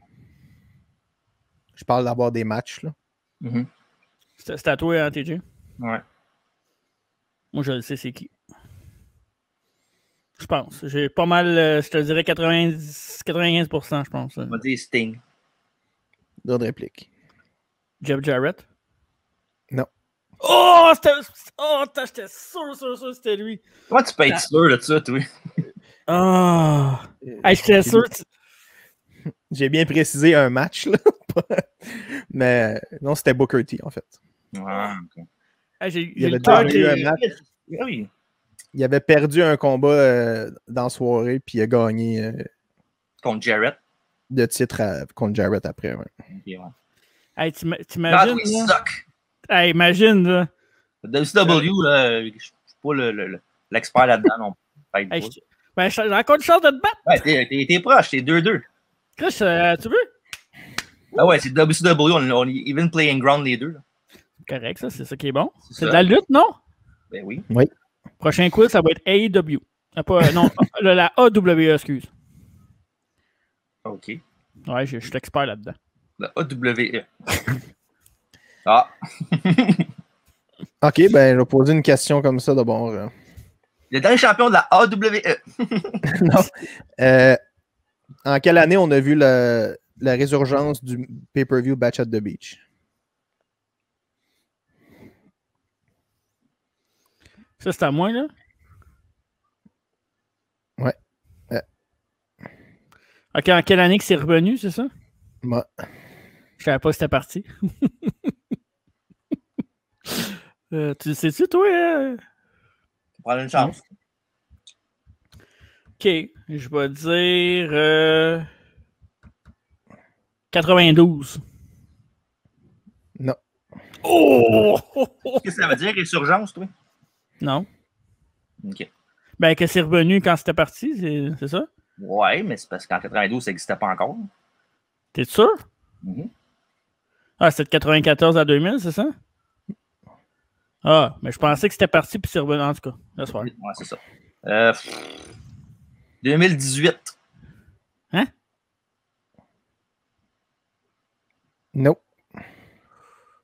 Hey, il est stressant, Dave. Il y a tout le temps un petit silence avant, puis mon cœur vient de prendre une boisson énergisante, moi, là. Pour être sûr, là. Prendre un goût. Non. C'était en fait avec AEW. Ah, c'est vrai. 2021. 2020, ça dit. Ouais, 2020, excuse. Ben là, tu dis 2018, quoi? Mais plus proche que toi avec ton 92. Hey, Bon, qu'est-ce qu'il dit tantôt? L'important, c'est la victoire. Hey, si j'ai la prochaine, tu perds, mon chum. Ben oui. Ah, c'est à toi avant, c'est vrai. Ça va du même côté les deux. Là. Ouais, mais moi, c'est plus excitant si je gagne que toi. Ah, si tu gagnes le SW, c'est pas grave, le prochain coup, on va te rebattre. L'important. C'est un Goldberg. Ouais, mais c'est Goldberg, après ça, il va leur gagner. Okay. Bon, je vais essayer d'en poser une. La réponse va être Goldberg, c'est bien ça. OK. Un petit peu, là. I love you, brother, in the mouth of the south.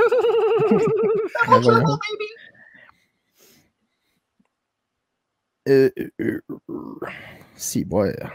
Est-ce que c'est ça, lui? Ben oui. Donne-moi là. Non. OK. Contre qui Goldberg a défendu son titre de champion heavyweight à Batch at the Beach 98. C'est à toi, TJ.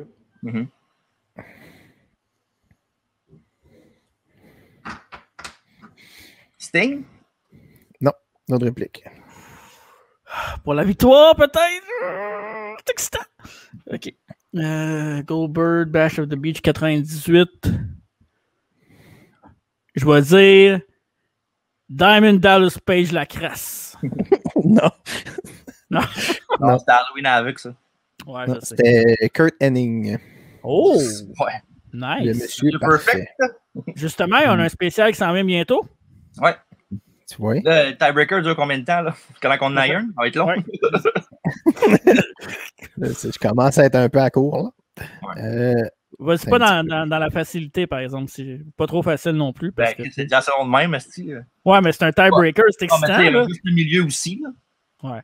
Faut que ça soit super facile ou super trop dur. Moi, il me reste 3 heures. Fait que je suis correct. C'est pas pire. C'est bon. OK. Ça va être ça le podcast, pas de review, juste le quiz. C'est malade. En attendant, ben c'est ça. Checkez-nous sur YouTube, Apple, Spotify, Balado de Québec, Podbean.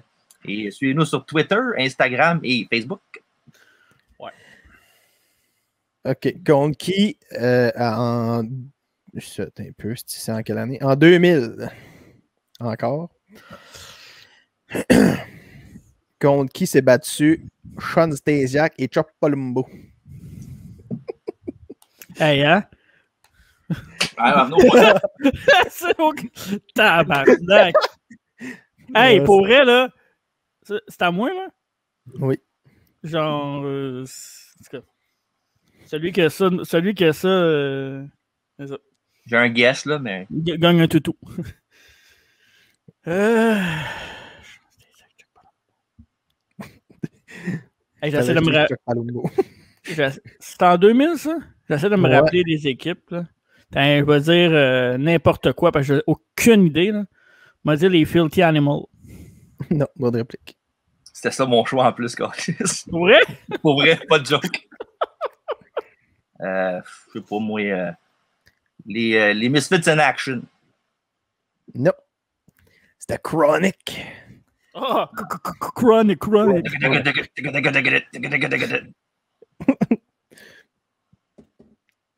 Les deux autres, là, puis après ça, on raccourte pas, je sais pas, moi. Non. C'est parce que là, à un moment donné... Ben, c'est ça. OK. Ça change rien, ton Roman Reigns. Oh, il est déstabilisé en disant ça, il va me regarder.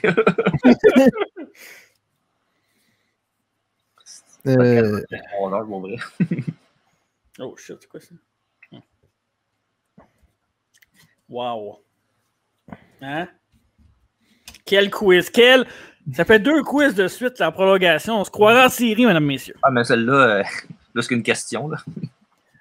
OK, bon, ben, pour en 98, dans le match Hogan puis Dennis Rodman, qui les accompagnait pour leur match contre DDP puis Malone? C'est à TJ, ça, non? C'est à moi pour vrai? Oh, ouais. Shit. Pas Vincent? Non. Tabarnak. Oh! Je suis excité. OK. Qui c'est qui accompagnait Hogan puis Rodman? Dennis. Ouais. Dennis the Menace. Le Worm. Je vais dire. Je vais dire Macho Man. Non. C'était le Disciple. Ah. The Virgil Disciple, c'est pas loin.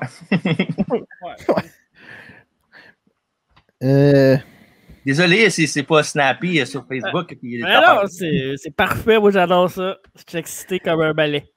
Bon, encore en 98. C'est excitant un balai, je savais pas. Oh oui. OK. En 98, qui s'est battu pour le championnat Cruiserweight? On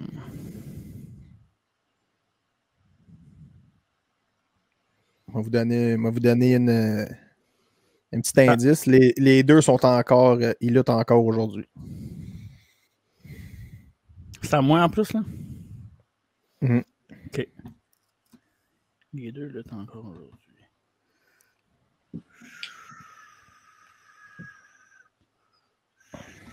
Il y en a un, je suis pas mal sûr, je sais c'est qui. Hein? C'est plus l'autre.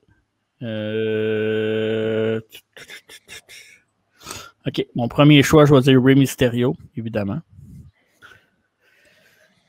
Puis mon deuxième choix... Tabarnak. 98, c'est quand même fait quand même un bout, là. En effet, oui. Comme 92. Ouais, c'est un petit peu moins peu. Chris, j'essaie de chercher l'autre, mais... OK. Oh! Hey, prête, attends. T'as juste à répondre à la question comme ça. Oui, tu sais ça, toi, non? Ben, je pense que j'ai une idée, mais... Voyons, Chris, si c'est... Tabarnak, je sais pas, non. Je vais dire... C'est pas ça, je le sais. Je vais dire Evenborn, mais c'est pas ça. En effet, c'est pas ça. Je pense que je le sais. Vas-y donc. Rey Mysterio contre Chris Jericho. Bonne réponse! Ah! Yes, baby! Tabarnak, je suis pas fier de moi, par exemple. Je suis vraiment pas fier de moi. Mais toujours champion! Toujours actif. Chris Jericho était cruiserweight dans ce temps-là. Hein? Ouais, c'est vrai. Mais je cherchais AEW. Ouais, mais pour vrai, je savais que le gars était à AEW, mais Jericho m'a jamais popé. Oh! Ça a pris quoi? 15 questions? À peu près, là. Je suis content, en même temps, je suis pas fier. Je suis vraiment pas content de moi-même. J'espère que t'es pas content. On va la semaine prochaine, je sais qui est les matchs de WCW. Ben, la semaine prochaine, ça va être un spécial SummerSlam, d'après moi. Ben, SummerSlam, t'es dans la marde. Je te le garantis tout de suite. Là. Non, je te plante. Ben, voyons l'autre, oui. Chris, les deux doigts dans le nez. Ben là, c'est pas un beau look pour YouTube. Là. Ouais, c'est vrai. Ouais. Merci Dave pour le quiz. Yes, sir. Ça va prendre une demi-heure, mais quand même. Yeah, beau chandail. Oui, un beau chandail. On peut se procurer à Marc où il dit ça dans ses DM puis il s'arrange avec ça. Ouais, puis moi, je vais m'arranger avec la belle Chantal qui fait faire les chandails. Chantal. Merci Dave encore une fois pour le quiz. Yes, sir. Marc, nous autres, on a nos prochains rendez-vous qui s'en viennent à très grands pas. Oh que oui, je suis excité comme un balai encore une fois. Là, on est prêt à annoncer les SummerSlam qu'on va faire, là. Ouais, peux-tu commencer? Oui, vas-y. OK, mon préféré de tout. La semaine prochaine, on commence avec celui-là. SummerSlam 94, ne manquez pas ça, avec Lex Luger contre Tatanka. Tout qu'un match, qu'une histoire. En tout cas, c'était malade. C'était malade. Puis après, on a quoi? Après ça, on continue ça avec un autre SummerSlam, évidemment. SummerSlam 1997, Heart and Soul, le nom du pay-per-view. Ça, c'est pas le premier match entre Austin et Bret Hart? Non, c'est en 96, ça. Mais on t'espère que c'est pas en 96, tu m'as dit. C'est Earth Series 96, pas SummerSlam 96. Ah, c'est vrai. Oui, finalement, t'as peut-être une chance avec SummerSlam. Ouais, je pense que... SummerSlam 97, Heart and Soul, le main event, c'est un match pour le championnat de WWF avec Bret Hart, qui affronte le champion défendant, The Undertaker. Oh! Avec comme arbitre spécial, c'était qui, Dave? t'as pas. Marc? De? La bête spéciale du match Taker contre Shawn Michaels. Oh, fuck. Shawn Michaels. Ouais, c'est ça. Shawn Michaels. T'es bon, t'es pas payé. Ouais, Puis, ça, puis le match aussi avec Austin contre Owen Hart, aussi, le fameux match que Austin s'est blessé gravement. Ouais.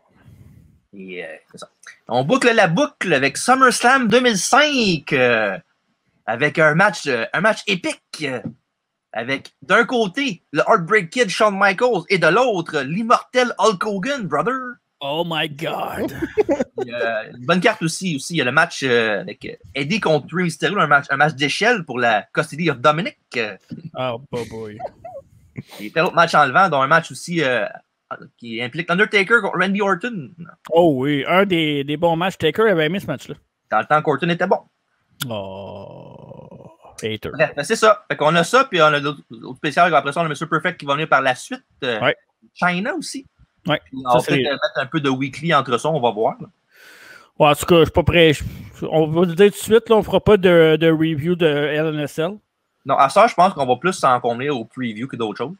Ouais, on va en parler un peu peut-être en début de show, mais pas plus que ça. Ouais, c'est ça. Bref, c'est ça. Ouais. Puis on est commandité par qui, mon cher Marc? Gourou, la boisson énergisante québécoise depuis 1999. Fait que en vente partout, sauf dans les Pit puis Yellow, puis c'est ça. Tous les magasins de souliers. Ouais, il n'y en a pas. Puis n'oubliez pas de nous suivre, comme je dis tantôt, sur Facebook, Instagram et Twitter, et aussi sur YouTube, Apple Podcasts, Spotify, Balado Québec et Podbean. Oui, puis la semaine prochaine, je pense qu'on va ramener aussi entre deux collections. Parfait. Puis dans mon cas, c'est plus rendu entre deux hypothèques parce que ça coûte cher. Ça, c'est excluant le reveal que j'ai fait de tantôt, le petit unboxing de des maquettes cartes. Oui. Un avant-goût de la semaine du prochain podcast. Oh yeah. Donc, encore une fois, merci Dave. Yes, sir. Yes, sir. Merci Marc. Et merci moi-même. Je me plate comme Barry Horowitz. Et merci beaucoup. Bonne soirée. Et ne pas m'écœurer sur Facebook. Salut. Ciao.